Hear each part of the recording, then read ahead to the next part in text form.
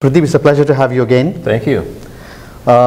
It's exciting. Last time we met, you were the dean and a very well recognized dean of engineering at Carnegie Mellon. Right. Now you are the de facto CEO, which is the Chancellor for the University of California, San Diego.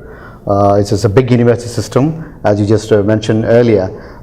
It's about $3.5 billion budget that you run, Right. out of which pleasantly surprising is the fact that it is $1 billion focused on research. It ranks you sixth in the country, you That's said. right.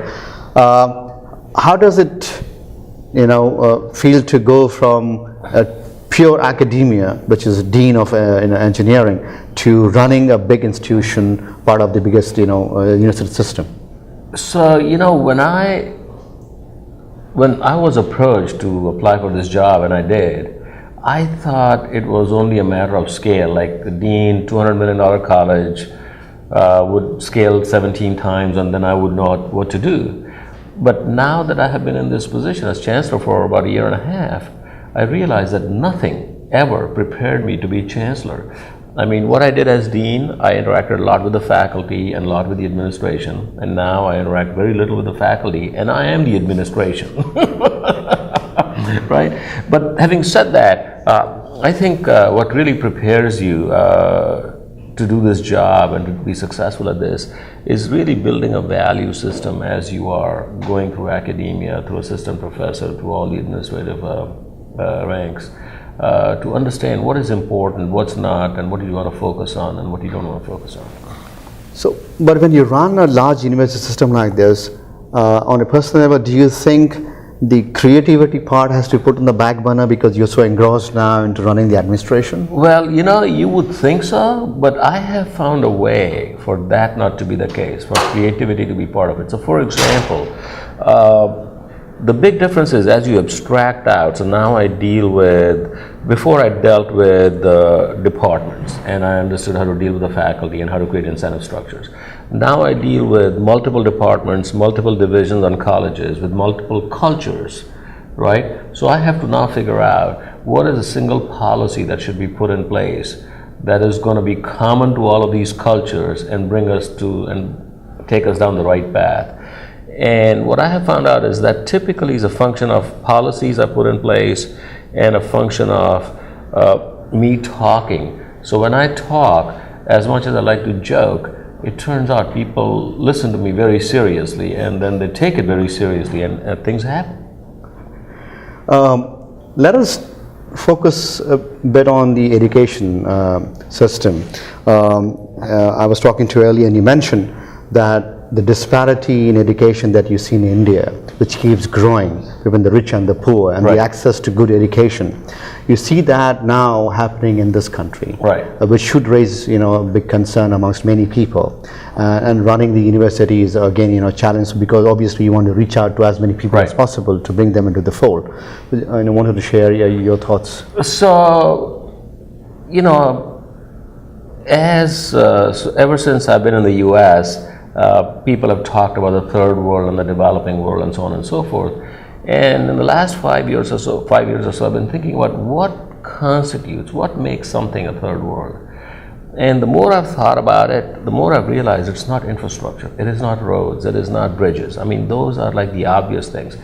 I think what makes a country a third world country is where the economy is causing more and more disparity between the rich and the poor. The divide's getting bigger and bigger and bigger, and not everybody is participating or partaking in the growth of the economy. Okay, now come back to the US. Post World War II, we've had the largest expansion in the history of mankind, economic expansion, where we created a middle class that never existed, in numbers that never existed, where the whole country was pretty much a middle class dominated country. Lately, what we are finding is that the middle class is shrinking and the rich are getting richer and the poor are getting poorer, which by itself would not bother me personally. But in that process, access to education, and which is why people are complaining about the cost of education, is also bifurcating, where the rich have more access to education and the poor have less access to education. And in my mind, that is the beginning of the turn, where we are turning towards being a third world country.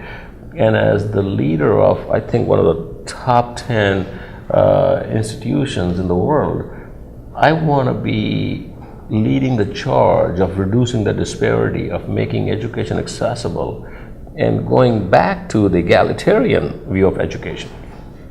So when you, for comparison's sake, you look at Carnegie Mellon and you look at the state-run University of California system, which is amongst the, like you said, the best universities, Berkeley, UCLA, San Diego.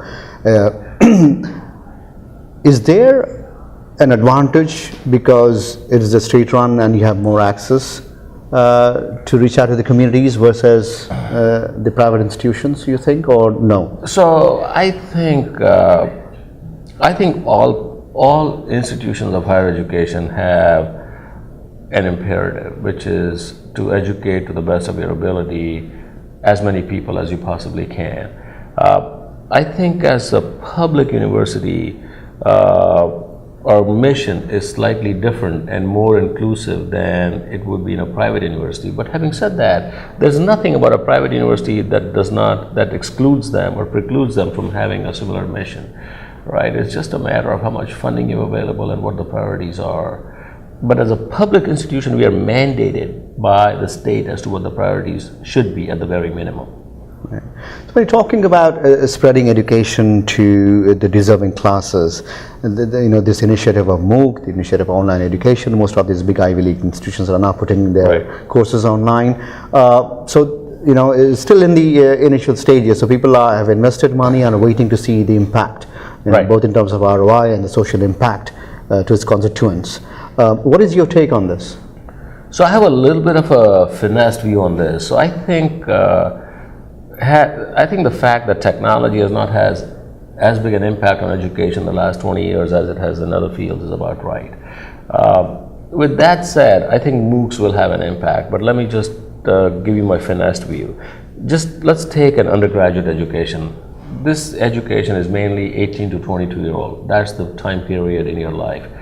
In that time period, it's not just about content acquisition, which is what MOOCs would be all about, but it's also about developing your personality, developing your identity, emotional development, intellectual development, understanding how to work with people of multiple cultures, understanding how to work with people of multiple ethnicities and languages.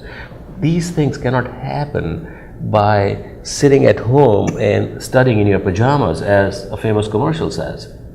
But for these things, you have to be in the middle of a set of people, a diverse community. That's why, as Chancellor, I think it's really important that I focus on building a diverse community and providing an experience to a student that would be not very dissimilar from an experience when you would go out in the world and what you would see.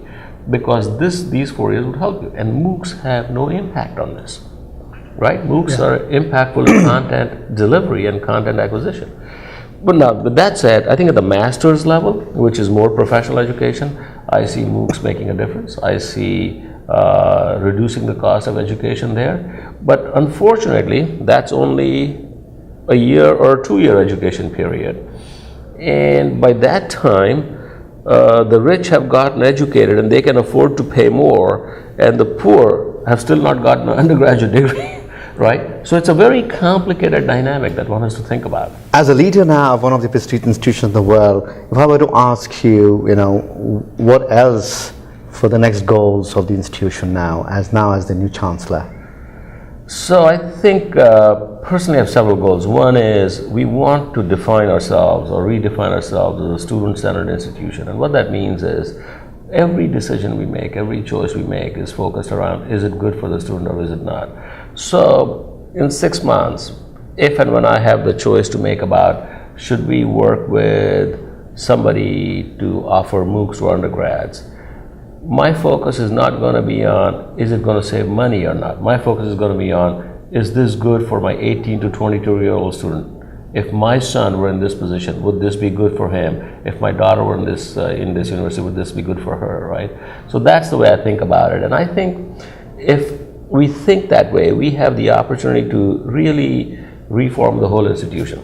Secondly, we are putting our strategic plan together, and it's a very aspirational plan. So one of the goals is understanding and saving the planet. So we have a very deep interest in understanding the environment, energy, food and fuel issues, and how does it impact this planet, this earth that we live on, and how do we make this earth a better place, right? The second goal is going to be vertically integrating discovery, engineering, and therapies, because we are one of the best hospital systems in the country, and we can go from discovering some basic scientific phenomenon to creating therapy based on that. And the third one is going to be understanding and improving society. I think we are not taking enough advantage of humanities, arts, and social sciences and what we learn from them to understand multiple cultures, to understand ethnicities, to understand how people interact with each other, to understand what makes people work with each other, what makes people hate each other. And I think we need to do more of that.